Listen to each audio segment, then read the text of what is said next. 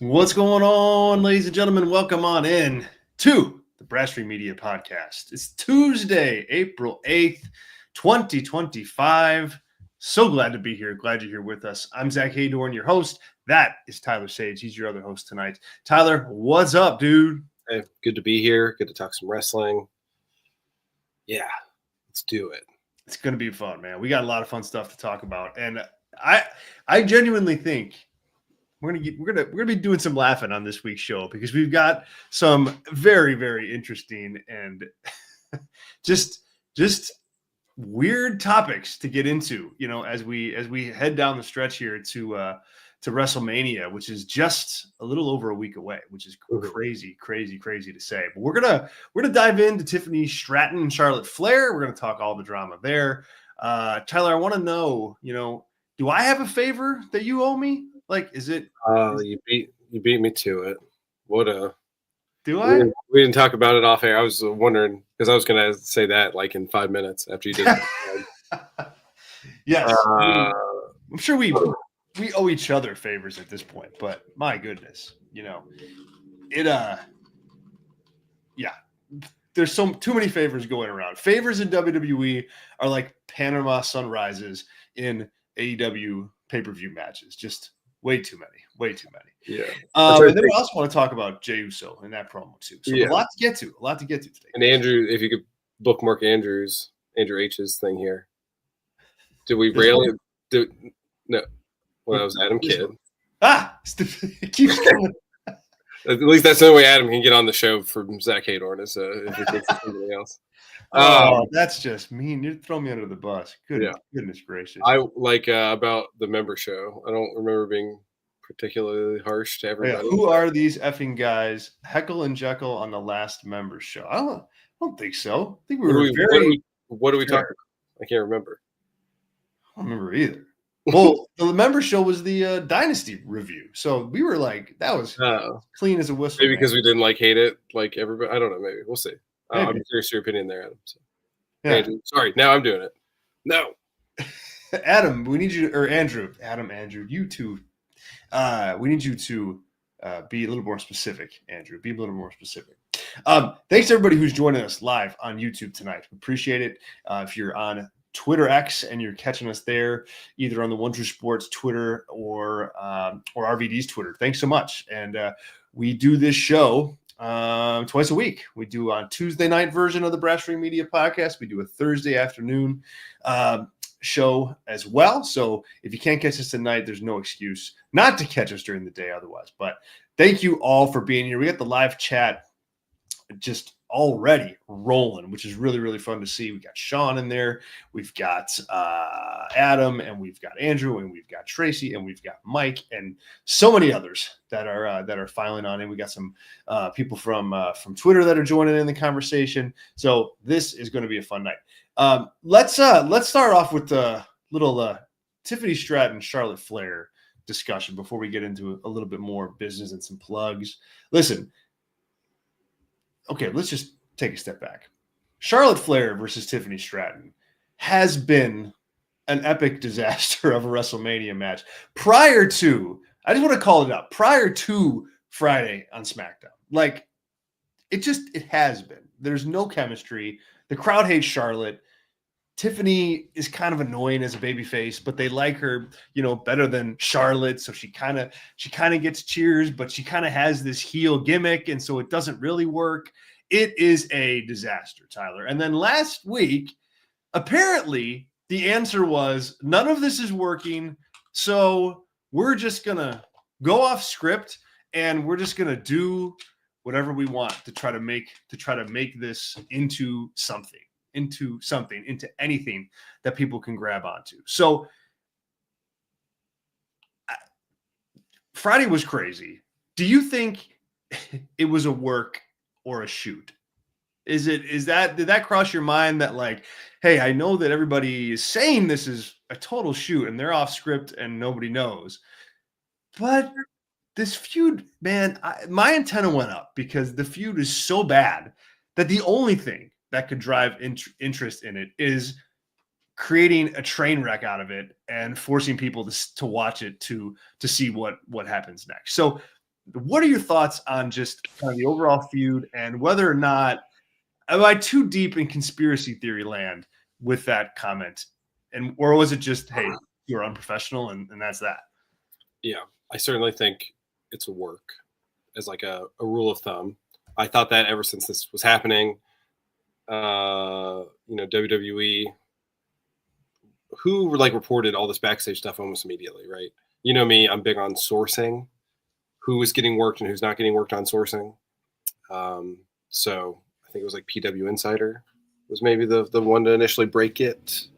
Yes, PW Insider, and it was Fightful. So yeah, which both of those have been worked before, but not Sean of Fightful, right? Yeah, it was Sean. Yeah. Well, you can pass around who you're going to work. Here's what I think. Like, if you want to like meet in the middle somewhere, it might have been a shoot for one person and not the other. Here's like the thing. I just don't buy that Charlotte had like that was like a pre-written response that she had in her quiver to be like, oh, Kaiser's in my DMs. That's such like a WWE Charlotte thing, not Ashley Flair. And not that I know Ashley Flair, but like that was so like lame. And I know she's lame. And like the only shoot to me is like she can't handle a crowd at all. You're reading off my note page. But okay, well, sorry. Yeah, usually we're pretty aligned on stuff like this.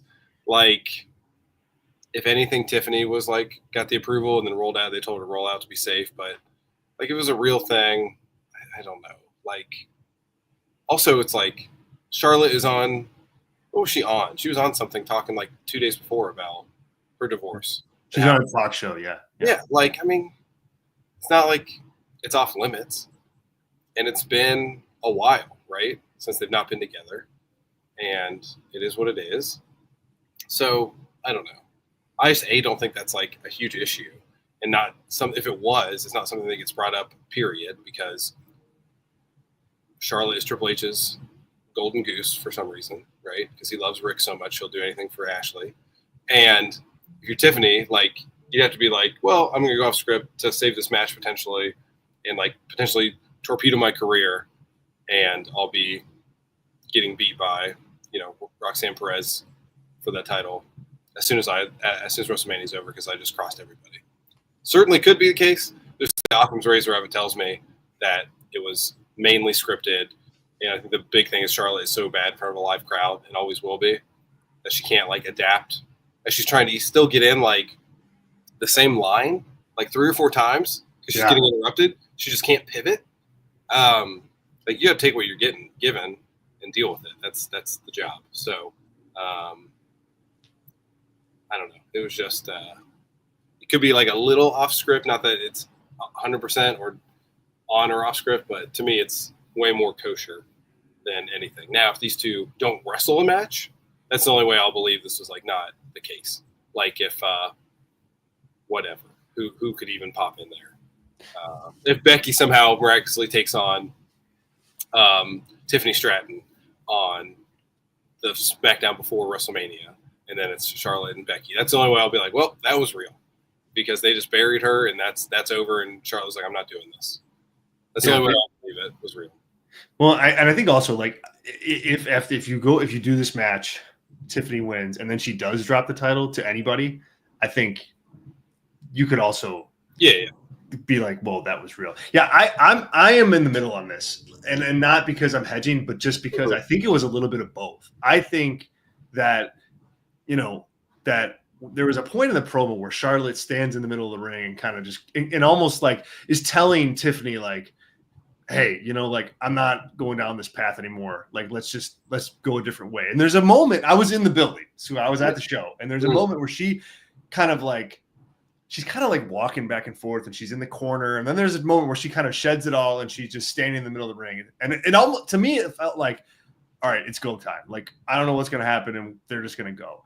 But then Tiffany said what she did, and it seemed like that legitimately pissed Charlotte off. Like, because Charlotte like walked right at her, Tiffany like rolled out of the ring really quick, and then Charlotte had that cheesy like in my DMs line that's like, it is a lame line. So I think it was like a mixture of both, where Charlotte was like, hey, I'm cool, let's go off script, and then Tiffany like maybe took it a little bit too far. But that's what happens when you go off script. And here's the thing.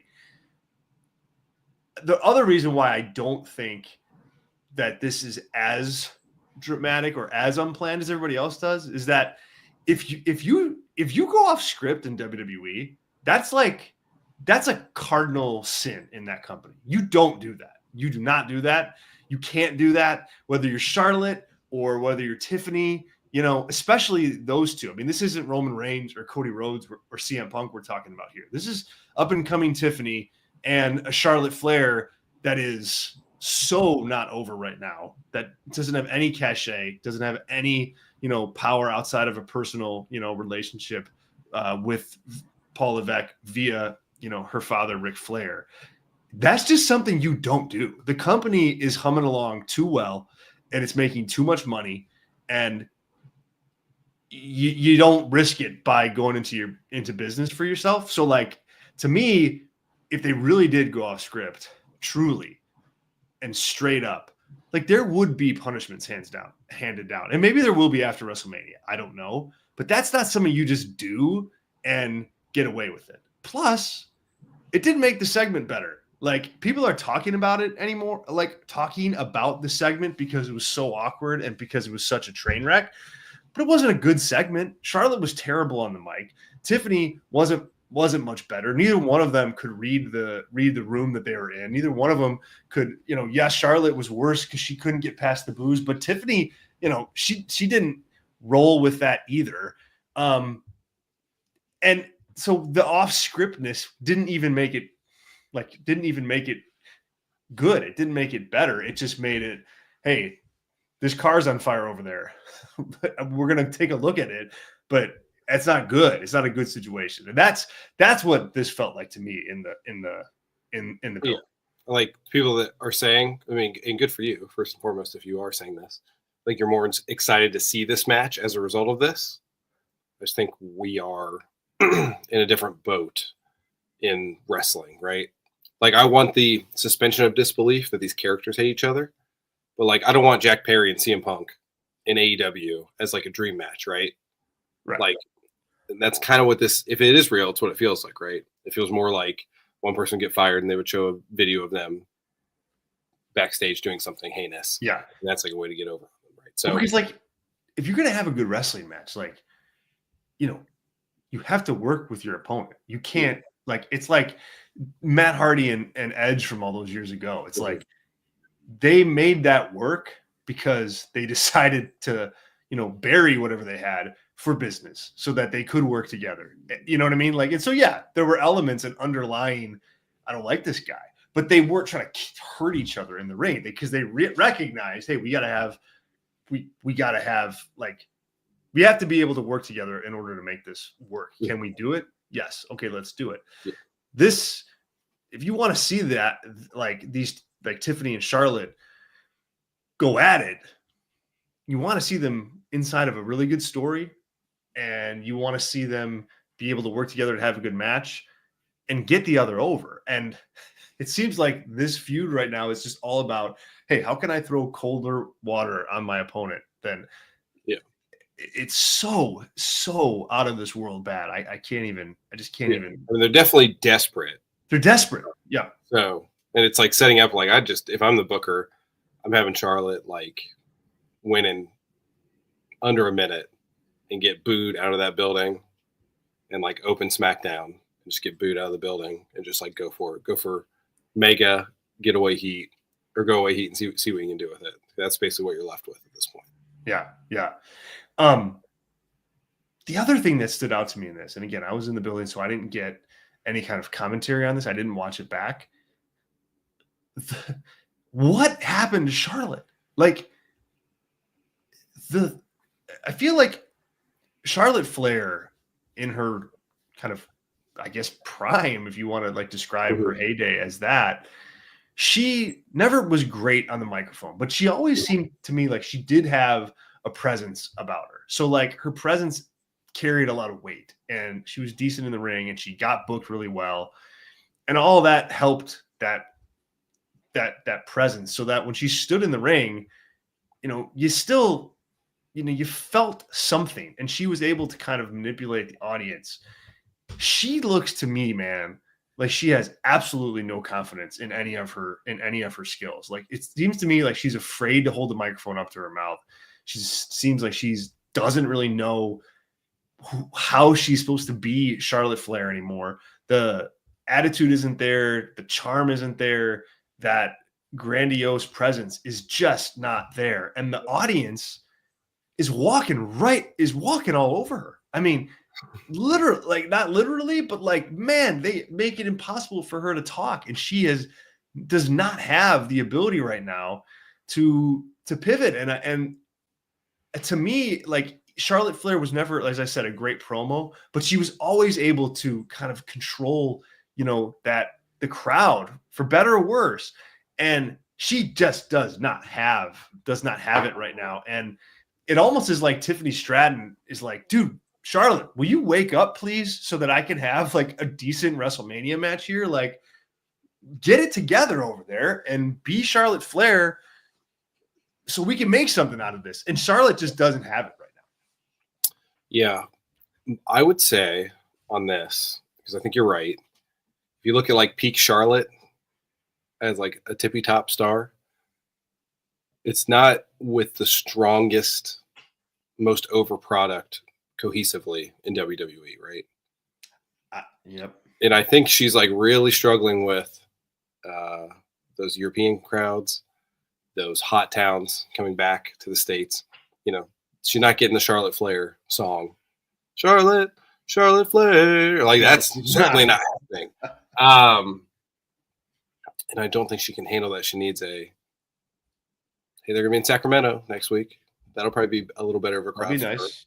So, although that's Raw. So actually, just kidding. I don't know where SmackDown is next week. Probably, I don't know, San Francisco. It's probably where the Warriors play. San Jose, maybe. San Jose. So maybe a little better. But yeah, she was, and it's weird to say like a big fish in a small pond, but from like an overness standpoint, certainly was the case compared to now. And there's so many other good things character-wise on the show that the crowd's like, no, we don't want this, right? And she doesn't know how to deal with that. And there's an easy way to lean into that. But yeah, and it's also like a confidence thing, like you're saying, like not the like, hey, I'm scared to come out here and I don't know who I am, but she reminds me so much of Adam Copeland in AEW, of like, hey, I'm Edge and I don't really do anything really, but I'm Edge. So like cheer me and I do things and I'm here, and like, and the crowd like is not against Edge, but they're certainly pretty neutral to him. And it's like kind of that legacy thing, come back, you don't really change anything, and not great pivoter. So not a 1-to-1, but yeah, it's just not good. And like I think Adam Kidd said in the chat here, you're gone for a year and a half and then you come back and you're instantly booed. Tells you, it's not good. And it's like, this is where you need the territory system. I'm not advocating for Tony. Like, I know no one liked our Moxley talk. I guess that's what everyone was mad about. Moxley going. You just got to be a Patreon member if you want to listen to that. That was good. That was good stuff, bro. That was good stuff. But like if she's available, is Tony Khan signing her? Like, I don't know. Not for the price she wants. That's for sure. That's my answer. Definitely. So like that tells you where you are in the business. If you're her. So yeah, it's very strange. But she was never that. I think we all agree she was like everybody's fourth favorite of the four horsewomen, right? Oh yeah. And she's booked like the number one. So that's like an interesting dichotomy of that era of WWE. Roman was the third most popular member of the Shield and the most booked, etc. So more on this topic in a little bit, but let me set the table here for the show again. This is the Brass Ring Media Podcast. Guys, we're live on the One True Sport YouTube channel 2 times a week, and you can check us out right here on YouTube and also on socials Tuesday evening, like we are right now, and on Thursday afternoon. We also have a plethora of other Brass Ring Media podcasts that run on this show live. Last night, Robert was on the air with a Raw post show. And then on Saturday mornings, we have Kick-Ass Podcast with Ashley. All of these shows you can watch live right here on the One True Sport YouTube channel. If you want to take our shows on the go, you can download them as audio podcasts wherever you get your podcasts. They are there. Just search Brass Ring Media in your favorite podcast app, and we pop up. You get all of our live shows as soon as they air. About, 15, 20 minutes after they air, they drop on the podcast feed. So if you want to take us on the go, that is how you can do that. Once again, search Brass Ring Media. We also have Brass Ring Media membership available on Patreon. It's patreon.com/Brass Ring Media. Our members are the lifeblood of what we do. We can't do this without them. We thank them so much. If you're interested in becoming a member, it's only $4 to do so, and you can do that on Patreon. Our members get full access to our Discord community. You can check back up top here, the live chat, and hear some chatter about that. They also get a member-only podcast once a week, all of our pay-per-view and PLE review shows, including one from yesterday that dropped on AEW Dynasty. We were almost 90 minutes talking about Dynasty, breaking down every match, all the results, and what comes next for AEW. So if you want to check that out and you like what we do here on the show, you'll love those review shows, and those are for our patrons. We also have other stuff that drops for patrons throughout the week, throughout the month, and a lot planned for WrestleMania next week. So become a member. Brass Ring Media on Patreon, patreon.com/Brass Ring Media. Want to personally shout out our gold members, Andrew H., Sean Palikta, and Adam Kidd. Couldn't do that without you, and we'll be hitting you guys up for comments and whatnot in the live chat today. The live chat's open. Really fun to see everybody mix it up in there. We also have super chats open as well. So if you want to drop a super chat and ask us a question or bring a topic up, we'll be happy to discuss it. So any contribution can help big time, and certainly appreciate that in advance, and it helps us out quite a bit. So thank you. Let me get to some comments here on this on the Charlotte situation. Sean, our gold member, says Tiffany was better on the mic, but she went way too far. And why are we supposed to root for her with that awful insult? Sean says here, most of it definitely was a shoot after Tiffany randomly escaped from the ring. She knew Charlotte would probably deck her. That's what gave it away for me too, Tyler. Like, it was the rollout. It was like the quick woo and like, oh crap, I better get the hell out of here. It seemed more pronounced. It seemed pronounced to me in the building. I got to go watch this back because I didn't. But Tyler, maybe you could provide some insight on that. Like, am I overstating it? But it really felt like Tiffany was like, I'm going to say this, I'm going to woo, and I'm going to get out of here really quickly. That's what it felt like being a few yards away.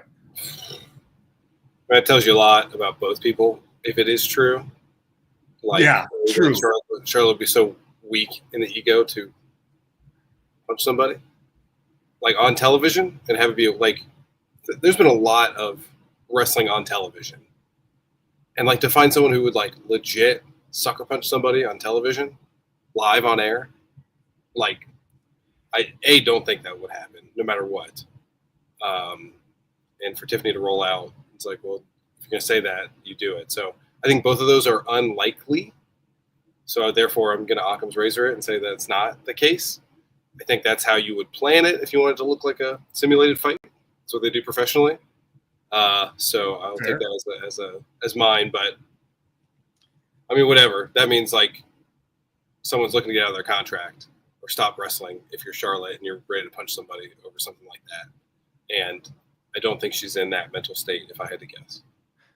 Yeah, you got to remember, like, and again, I still lean more that part was a shoot, but you know, you got to remember, like, yeah, I mean, Sean and Brett didn't come to blows on TV. Yeah. So like, what about it was a shoot? Like, because to me, if it's like, hey, I'm allowed to talk about you getting divorced, if that's approved, then it's not a shoot because that was agreed upon. She might have gone too far on it, right? Yeah, okay. We're talking a spectrum. I don't think it was like, hey, we're going to talk about how I'm you and better version of you. Like, we're not, you know, if it was that, and then that would be off script to me. So I guess that's, to clarify, it's my definition. Yeah. And I certainly don't think she was going to punch her. So Let me get some more comments here. Adam comes in real hot on this. It says, if you gave me the choice between listening to Charlotte or getting waterboarded, I'd take the waterboard. Nobody wants to see you get waterboarded, Adam. But point taken. And then let me find the other comment here. From Andrew. Or he had another one too. It was like, or Mercedes, or maybe that was Andrew that combined all of them. Yeah, yes. Because I just think like Guantanamo, like for Mercedes, and like while you're not to make a Guantanamo Bay joke about torturing people, but I just did. So. Oh my God. Adam also says here she's Ricky Vaughn in Major League 2. Yeah, that's a nice way to put it. Yeah, I mean, I mean, she's that bad. Look at that. My Guardians hero. You beat my team this week. I mean, wow, what a shock! Big whoop. Yeah, big whoop. Yeah, this is this is just.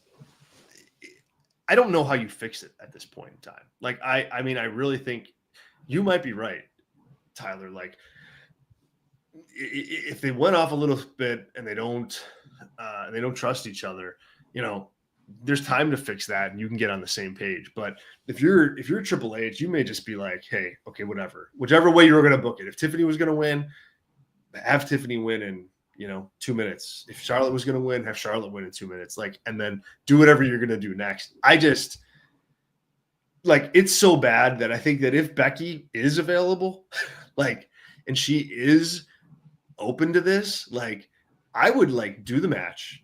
I'd put Tiffany over, and then I'd have Becky come out and like make her big comeback, and I don't know, do like a Bret Hart, Hulk Hogan WrestleMania 9 thing, and just be like, you're done. Like this is over, and we got to send you back down the card because you just don't have it. Like as much as I rag on Charlotte here, and I think rightfully so because she's the veteran and she's this more seasoned person, and she's in this match to be a good opponent for Tiffany Stratton.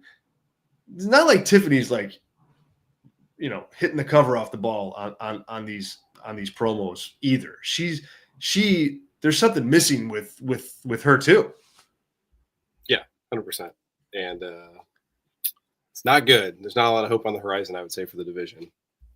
So that's my glowing review of the women in WWE. I don't know who you even like can point to that you are like super excited for their post WrestleMania stories.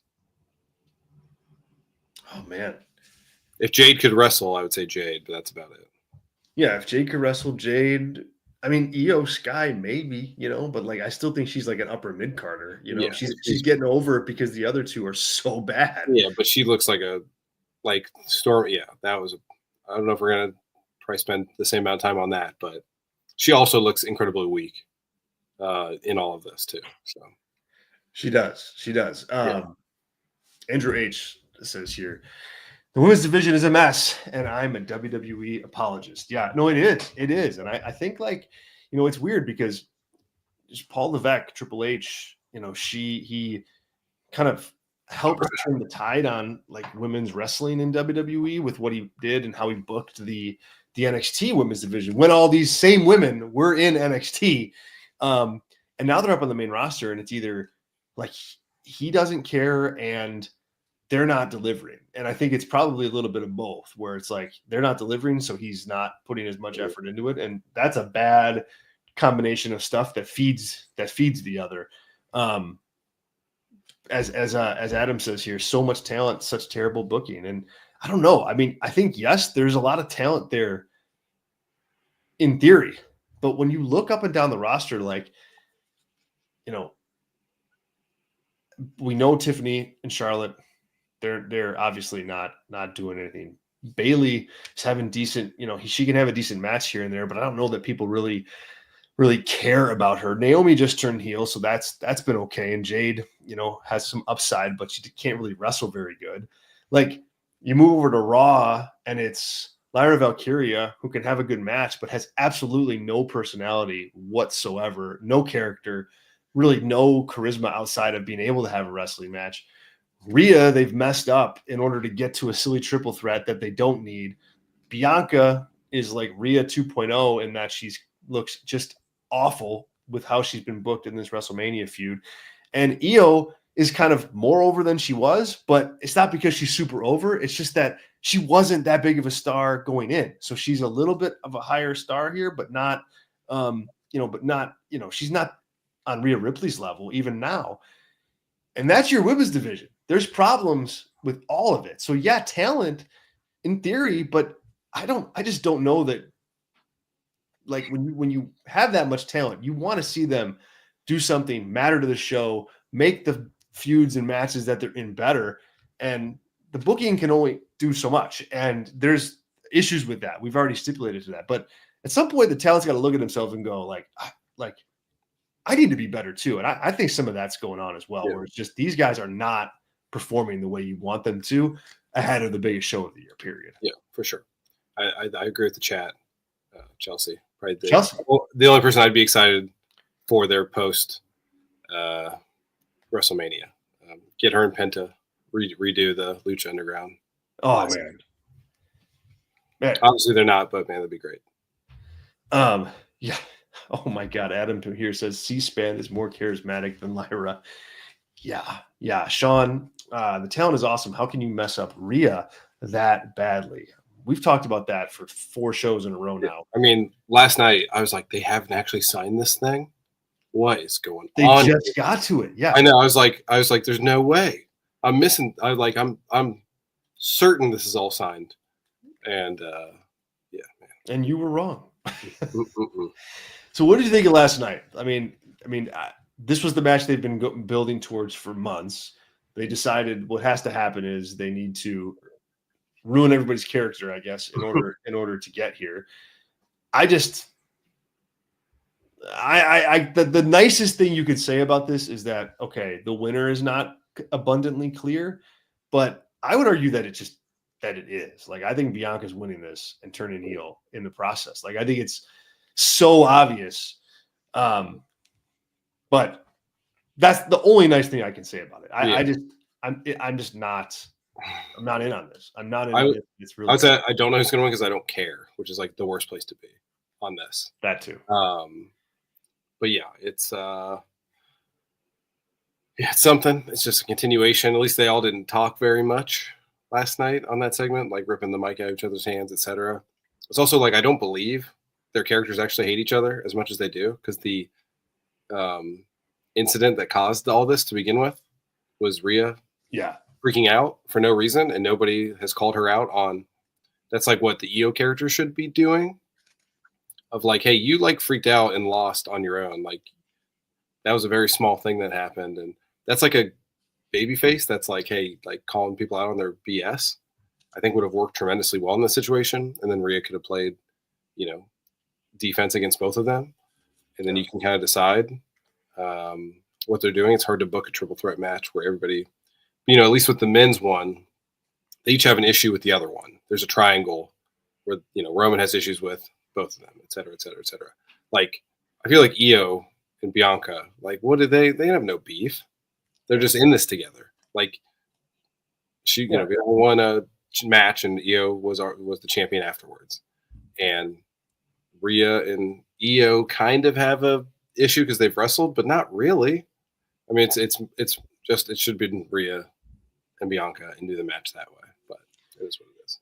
Because, like, look, that's where they're going to go with this anyway. Like, I really believe that. Like, instead of using WrestleMania here to put a bow on a big feud or just have a really big match between Rhea and Bianca and build from there, it's like they're going to use this as a catalyst for the Rhea and Bianca feud. That's why, I mean, it seems to me that Bianca's going to turn heel. She's going to win this match, and then Rhea's going to be there to be her babyface opponent. So I just don't think that's what you use WrestleMania for. Like, that's what Backlash is for. Like, you do stuff like that there, not during the biggest show of the year. I'm not a fan of this. Again, I think Io looks the best because she is kind of the adult in the room, but she's being treated like so insignificantly, where they literally like just face smash her out of the way. Yeah. Like push her head and like out of the frame of the thing, and she's the champion. She's the champion, and I guess that's the point. And there's no rebuttal too. That's like the thing. That's the ultimate burial. I'd rather take a Riptide and lay there. Like I'd rather be Cena and be dead from Cody Rhodes than that. Yeah. Yeah. So the women's division has issues. We'll see. We'll see what they do this week. We'll see what they come back with. Being in the building for the Charlotte and Tiffany segment, like, it was pretty stunning. Like, and I've been in crowds where Chicago has rejected talent in the ring, whether it's been Roman, it's been Cena, it's been lots of people. This was like mean. Like this was outright rejection. There was not a sliver of heat within the narrative of the show that was driving this reaction. This was just, man, you're bad and we don't like you. And because we know we got to you, we're like going to lay it on even thicker. And that's what happened. And it got nasty. I mean, it got nasty. It's a situation with Charlotte, and I don't know what to make of it, long term, like how it'll impact her, but there just doesn't seem, like when you just have like a comfortability with what you're doing, no matter what it is. And she just doesn't have it right now. And it's happening to her at the absolute worst time because she needs to be good and she's not. That definition of let them see you sweat, right? Yes, there you go. Yeah. Because vultures. Vultures, for sure. And if there was 16,000 people in that at what was it, Allstate or the other one? Yeah. 6,000 of those people are probably going to be in Vegas. That's like you're like, that's probably 5% of your WrestleMania crowd was there destroying her, and that can get people to side with them and boo her tremendously as well. So the WrestleMania crowd isn't going to be nicer, that's for sure. Yeah. So well, speaking of, let's pivot here a little bit. Once again, guys, thanks for your participation in our live chat. This is the Brasherie Media Podcast for those joining late and joining in on social media, on Twitter. Thank you for being here. I'm Zach Hador, and that's Tyler Sage. We do have super chats open. If you want to bring up a topic or ask us a question or rant and rave, we'd love for you to do so. Any contribution helps us out. Thank you in advance. We got last night what I thought was one of the better go-home babyface promos that we've seen in WWE for quite some time. And it was Jey Uso. Gunther walks out to the ring, and he, has a big grin on his face. Jey walks out. He doesn't do the eating dance. He just doesn't have any kind of flashy outfit. It's a black shirt. He's got his sunglasses on, and he goes into the ring, and he really breaks it down for Gunther. Like, hey, you beat up my brother. I had to talk to my family. I had to tell my mother. I got yelled at my mother for where were you? I'm paraphrasing here, of course. Jey says, hey, the blood that's on him is on my hands too. But it was hit with an epiphany. Like, I'm not scared of you anymore. Like, I'm so kind of what I read that as was like, I'm just, you made me so angry that there's no fear, and I'm going to kick your ass. No fear, zero miedo. Wait, cero, what? Dang, now I can't say it. Zero fear. I'm saying it in English. Cero miedo. Cero miedo, right? Miedo, right? Miedo. Okay. We're such gringos. We're such, yes. The worst. I'm the worst person to be speaking Spanish. My 5-year-old can speak it better than I can. But bottom line is, he tells Gunther, I'm going to say a prayer for you, and I'm going to say a prayer for me, for what I'm going to become, to what I do to you at WrestleMania, and I'm going to get you. I love that line. I'm going to get you at WrestleMania, and I'm going to take the World Heavyweight title. So I love this. I thought this was fantastic. I'm real curious as to your thoughts, because I know you weren't or haven't been high on this feud, but I just thought this was, I don't think they need any more. I think this is it. I think that's it. I think you run a video package next week on Raw and let this be the last thing that you do, because I don't know that you can get better than it from either Jey or Gunther. Gunther sold well, but he didn't give away too much. This to me is the high point of the feud. You're a week out, just let it go. Let it go. Be here with it. Do the match in the opening slot on night one and call it a day. What did you think? I would like to give you a nuanced take here as much as possible. Okay. I thought this sucked. Wow. But a lot of the chat is getting why I thought it sucked. Because of the yeet? So that is part of it. Joshua in the chat is right. That tells me the crowd does not respect Jey Uso, and that he is interesting. Okay. He is a singing and dancing jester for them more than a character that they care about, which I've long thought. And this second point, this direction is great, right? So the bones of it, the outline of it, makes total sense. You should have just done it 3 weeks ago and then build upon it to get me where I need to be. Third point, it made Gunther look so weak. Like, think so? Yeah.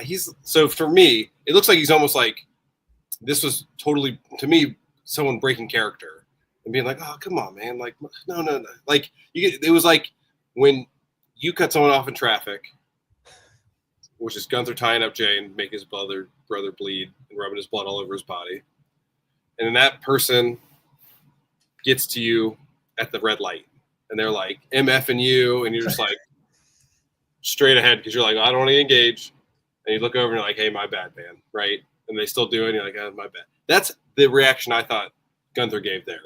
Like, as a heel, he should be like jumping on this, not sympathetic to Jey, talking about his mother.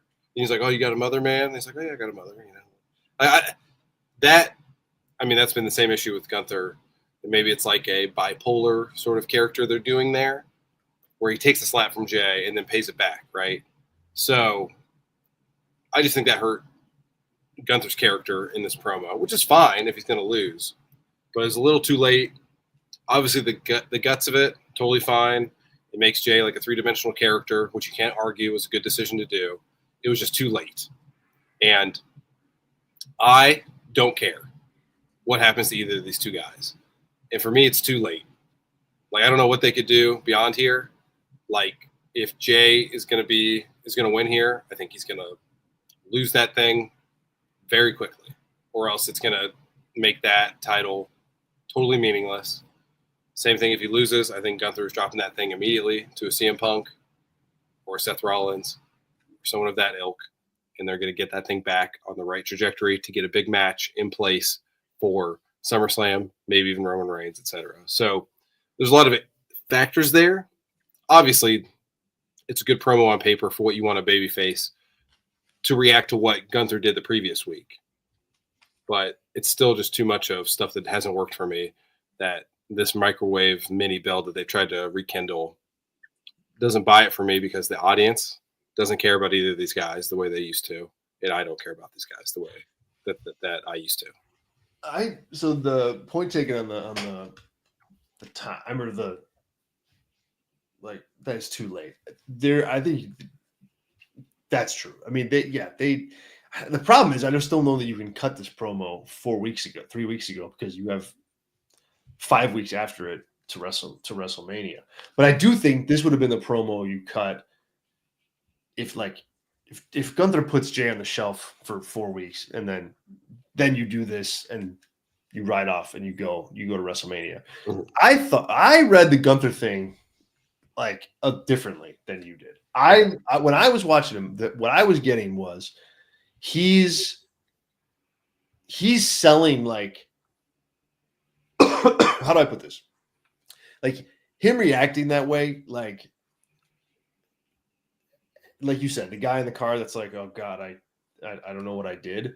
Like, I think that's true, but I think it's like Gunther the heel, like, showing ass when he doesn't really do that very often. It's like, oh man, I thought I was playing games with Jey here. I thought I was playing chess and he was playing checkers, and I took out his brother, and I thought this was going to make him fear me even more. But here he is. Holy crap. He's going to fight back. And what did I do? I'm in trouble.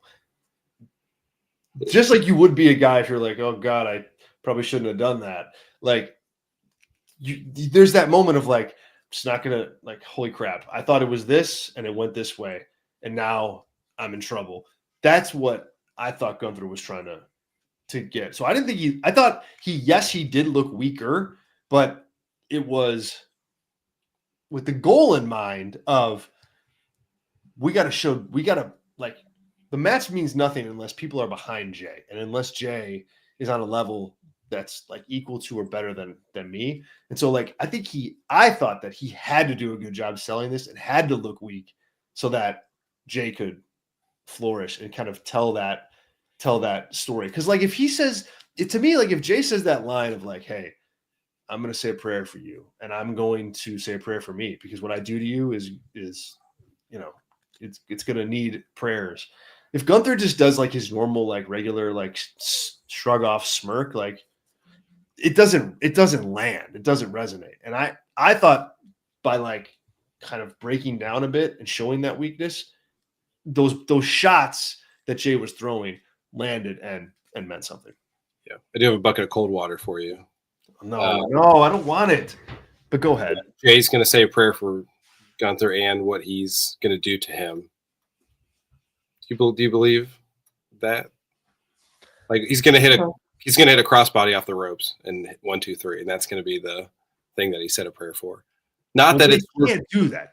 Yeah. So like all this has to connect. Like that would be if they I don't tie up to start the match, like bad. It matters how they move forward. I just don't believe him, I guess, and that he's lost that as a character because he's not been a serious character for me.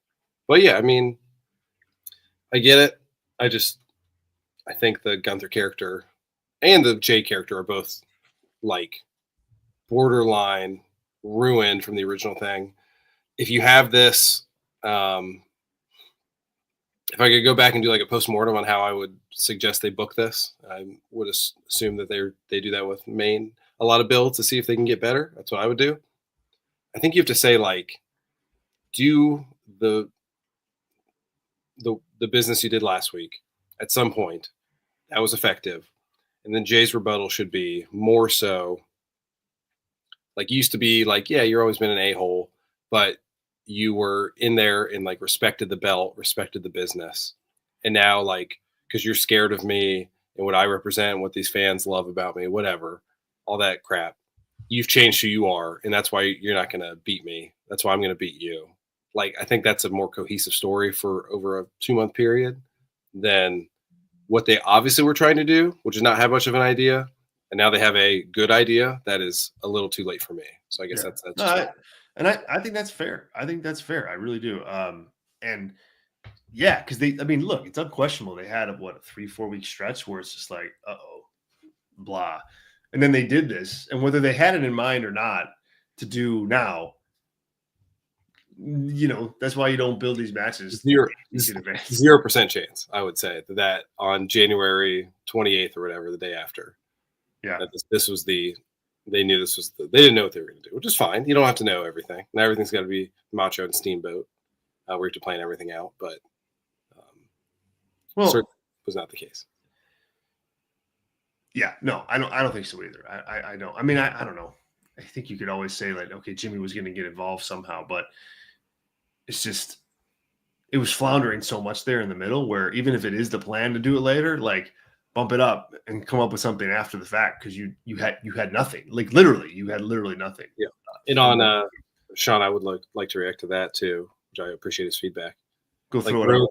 Put it up. The ruined one. The ruined is super strong. I say ruined as in like if Jay wins, I think this is like the only time I think he's like Kofi sort of level where this is the one run you have. And then like Gunther, if it continues, he needs a lot of rehabilitation to be a main event guy. He is Sheamus after this, in my opinion. He is a guy who Randy Orton is beating at SummerSlam. Zone. He is a lower Drew McIntyre after this. And that's when I say ruined, it's that. It's not that they're not going to be characters on television. They're past their peak, each of them, and we're seeing the decline in front of our eyes. So that's what I mean by that. I appreciate you pointing that out. Yeah, ruined is a strong word.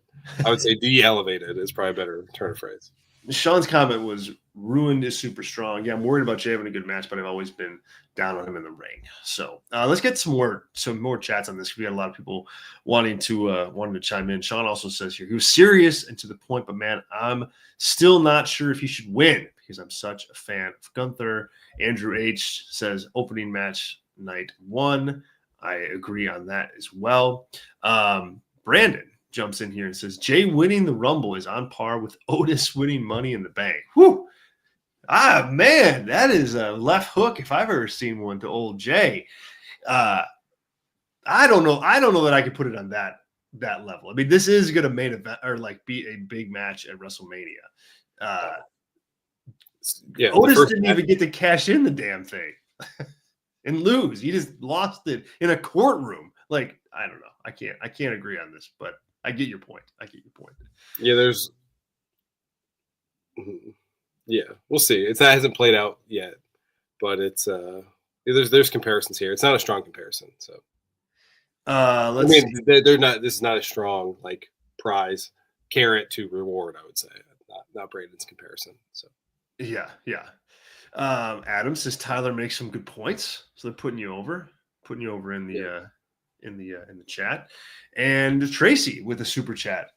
Thank you so much, Tracy. Tracy says, I don't even watch WWE, but still enjoy listening to Tyler talk about how he doesn't like it. Here's the problem with like he makes a good case all the time. Yeah, but here's the problem with like criticism, if I can argue myself. Are you gonna argue against yourself because someone agreed with you now? Because this is the whole point, right? Like if you agree, like if you're like, hey, this match was awesome, yeah, it was awesome, right? Yeah, cool. There's like not much there when things are like awesome and perfect. So there's more to talk about. So I latch on to what I don't like and what can be constructively improved upon. I did not enjoy watching Raw last night for the most part. So that is fair. See, I thought Raw was like a pretty good show last night, all things considered. Like they didn't miss some things, but yeah.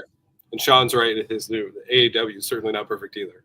So I also dislike probably half of what I watch on AEW at least, and I don't watch Collision at all as a personal choice for a good reason.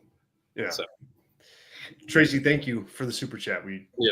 Let's get to Heyman. I know you got a kind of a hard out here. Yes. So I want to talk about Paul Heyman and the favors that are flying around in WWE right now. Mm-hmm. What do you think? Okay, so last night Seth comes out and basically says, Paul, you can't be equal to both Punk and Roman in this situation.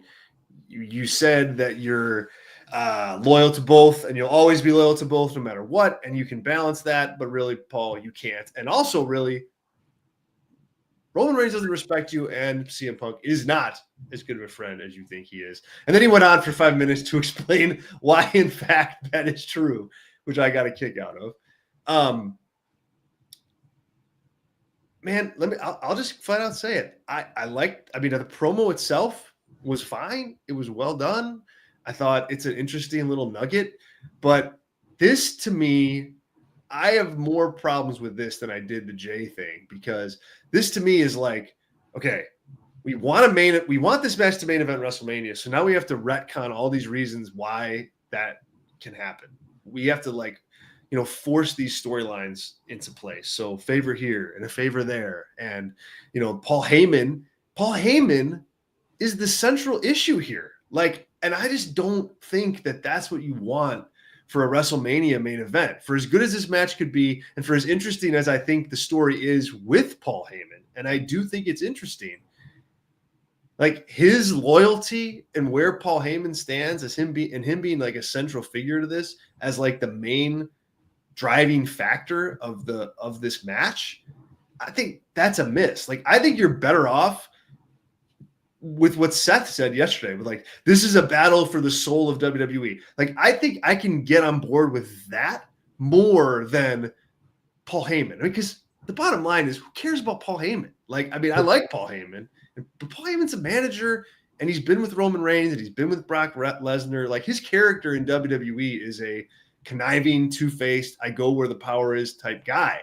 Like, I I think that it's just, I don't know. It's just too cute and too out there. And like I said, it's interesting, Tyler, but it doesn't scream WrestleMania main event. The issues that they're bringing up between each of them are not issues with each other. They're these kind of third-party issues with Paul Heyman. And I think that's pretty weak. I really do. Yeah. Mike stole my joke right as I was about to say it. I've been sitting on it. You go ahead and say it. I'll put it up, and you can say I it. was like, well, first of all, it's a Heyman on a pole match for sure is where we're going. So thank you, Mike, for getting in there. Good job, Mike. Yeah, first of all, I thought Seth Rollins was incredible. I thought his delivery, he's like, never been touted as like a great promo. He's been like a good promo. I thought he was really salient in a lot of his points. I don't know if it's me personally for like what I felt, right? Because you're right. Like, this is stupid.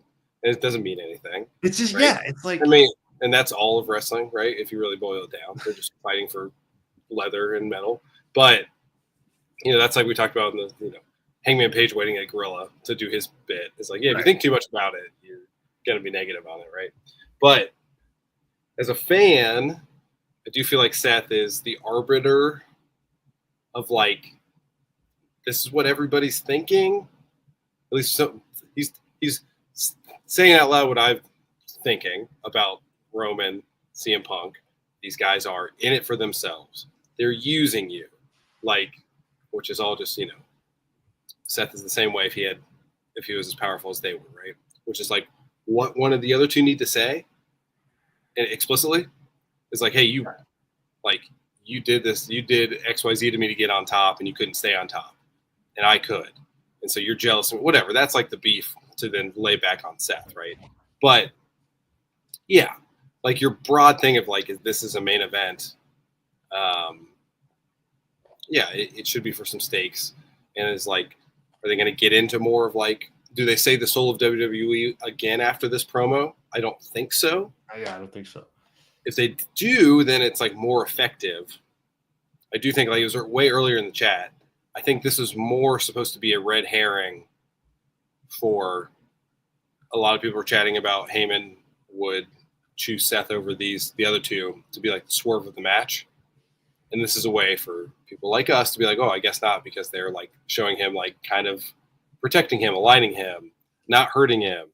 And then it's, it's not possible because they've shown that it is possible, right? Like that's the weird psychology you have to do with wrestling fans. Yeah.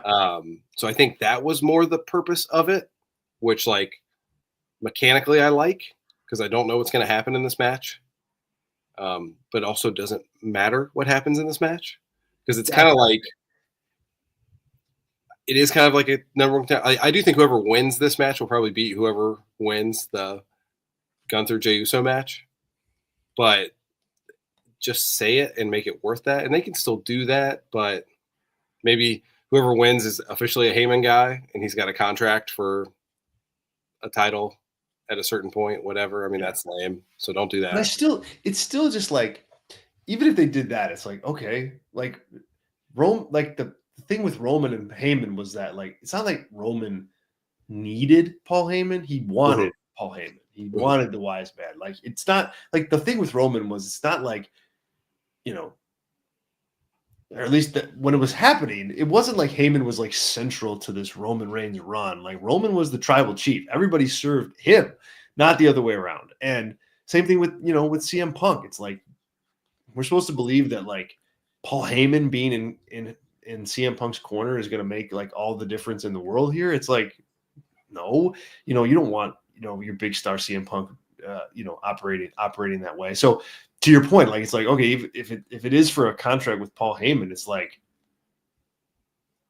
okay, great. Like, like, I don't know. It's just, I don't think that it matters that much outside of these guys just want it that way. I think the line for the soul of WWE, like that's a better hook. That's a better hook for me, and than this. I hope they seize on that because who's talking about souls besides Seth in WWE? Undertaker? Is that Dwayne Johnson? Wait, oh yeah, Dwayne. He's talking about souls, right? Seth's talking about souls. If it's like something where Seth. Yeah, thank you, Andrew. He got it. Who's What if Dwayne comes out at the end of this match? Paul's freaking out. Roman's freaking out. Seth is pissed because you're ruining my moment, all you guys. And then Seth and Heyman are together. They're with The Rock. And that's like they go for the title. Cena's got the title on the other side. So The Rock and his minions and those two. Or whatever. It could be Punk. It works either way. As long as it's not Roman, I think it works for one of those two to be with Heyman, be aligned. You have both titles. Like The Rock has the soul of WWE post WrestleMania. And then that's like the story for the next year is like people fighting back for the soul.